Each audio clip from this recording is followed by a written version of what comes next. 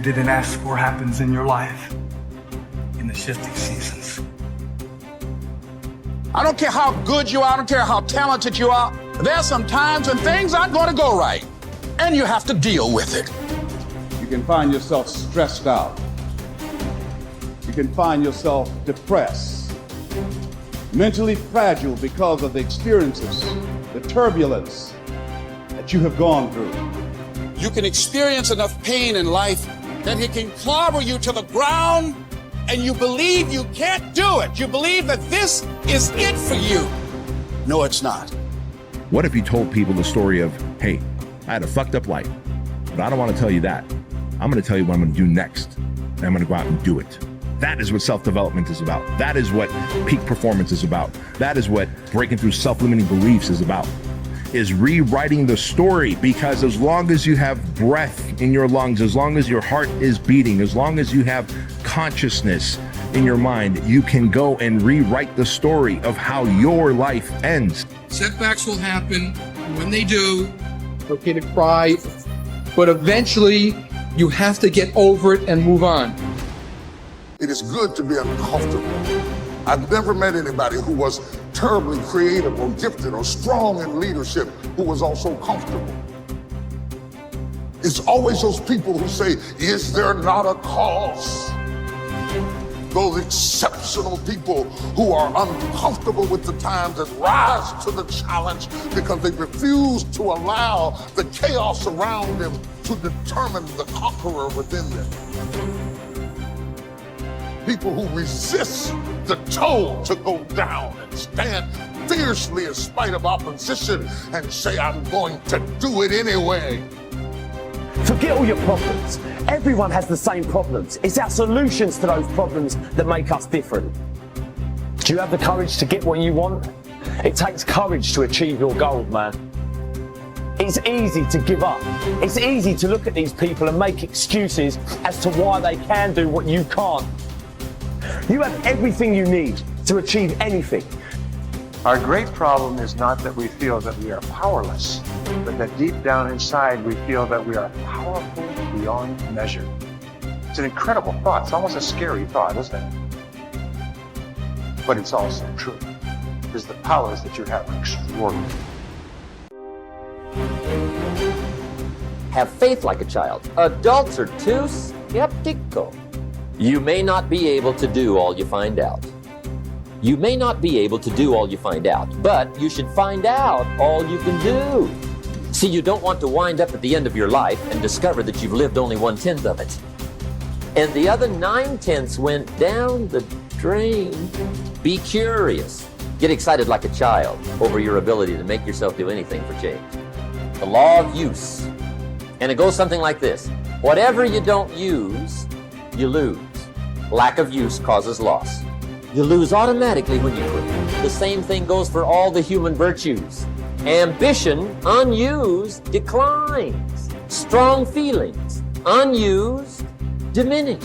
It doesn't grow. Faith, unused, decreases. It's a law. Today, unused is lost.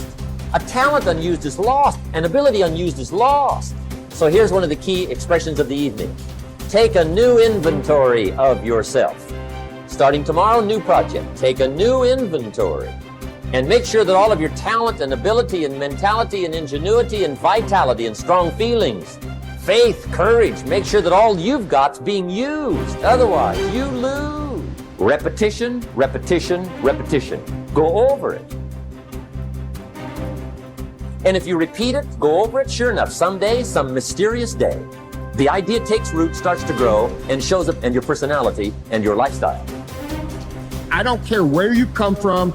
I don't care where you were raised. I don't care what color you are. I don't care what gender you are. I don't care about any of that If you invest in yourself consistently, if you do the work consistently, 1 + 1 is always going to equal 2. 10 years of motherfucking work is going to pay off.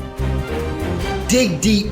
Take accountability for your goals, dreams, and aspirations. Ain't nobody gonna give you nothing. Ain't nobody gonna give you nothing you ain't working for.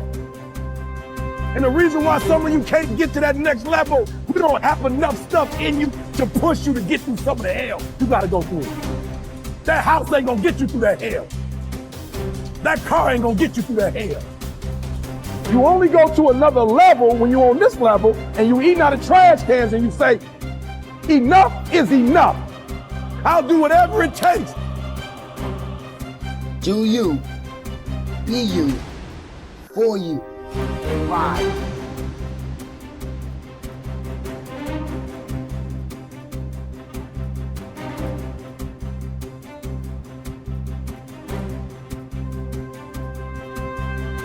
You should treat yourself like you're someone responsible for helping. And the first question is, well, why don't you? And the answer is, well, there's a lot wrong with you, you know? And it's hard to exercise enough love and care in a deep and non-naive way to care properly for something like that. It's an encouragement to assume, to act out the proposition that even if life is as difficult as it seems to be, and if you're as vulnerable and weak in a fundamental sense as you definitely are, and characterized by this terrible propensity for the infliction of voluntary suffering on yourself and others, and that destructive tendency, that there's still something within you that's so remarkable and so aligned with order and being in the proper manner that you can climb above that, let's say like Abel, and that you can make the proper sacrifices, and that you can set yourself right, and you can set your family right, and you can set the world right, and that the mere possibility that that might occur, that that might be within the realm of potential, means that you have a moral obligation to exercise the responsibility to take care of yourself as if you're something that matters. And that if you did that properly, it might turn out that what you did would matter, that it would matter to you, that it would be meaningful in the way that things that matter are meaningful, and that it would matter to everyone around you. If you aim to be something you are not, you will always fail. Aim to be you. Aim to look and act and think like you. Aim to be the truest version of you. Embrace that you-ness. Endorse it. Love it. Work hard at it. And don't give a second thought when people mock it or ridicule it. Most gossip is envy in disguise. I believe that what we become depends on what our fathers teach us at odd moments, when they aren't trying to teach us. We are formed by little scraps of wisdom. Maturity is the ability to live fully and equally in multiple contexts. Most especially, the ability, despite our grief and losses, to courageously inhabit the past, the present, and the future all at once. The wisdom that comes from maturity is recognized through a disciplined refusal to choose between or isolate three powerful dynamics that form human identity. What has happened, what is happening now, and what is about to occur. Immaturity is shown by making false choices. Living only in the past, or only in the present, or only in the future, or even living only 2 out of the 3. Maturity is not a static arrived platform where life is viewed from a calm, untouched oasis of wisdom, but a living elemental frontier between what has happened, what is happening now, and the consequences of that past and present. First imagined and then lived into the waiting future. Maturity calls us to risk ourselves as much as immaturity, but for a bigger picture, a larger horizon. For a powerfully generous outward incarnation of our inward qualities, and not for gains that make us smaller, even in the winning. People say that what we're all seeking is a meaningful life. I don't think that's what we're really seeking. I think that what we're seeking is an experience of being alive, so that our life experiences on the purely physical plane will have resonances with our own innermost being and reality, so that we actually feel the rapture of being alive. Believe me, there is no such thing as great suffering, great regret, great memory. Everything is forgotten, even a great love. That's what's sad about life, and also what's wonderful about it. There is only a way of looking at things, a way that comes to you every once in a while. That's why it's good to have had love in your life after all, to have had an unhappy passion.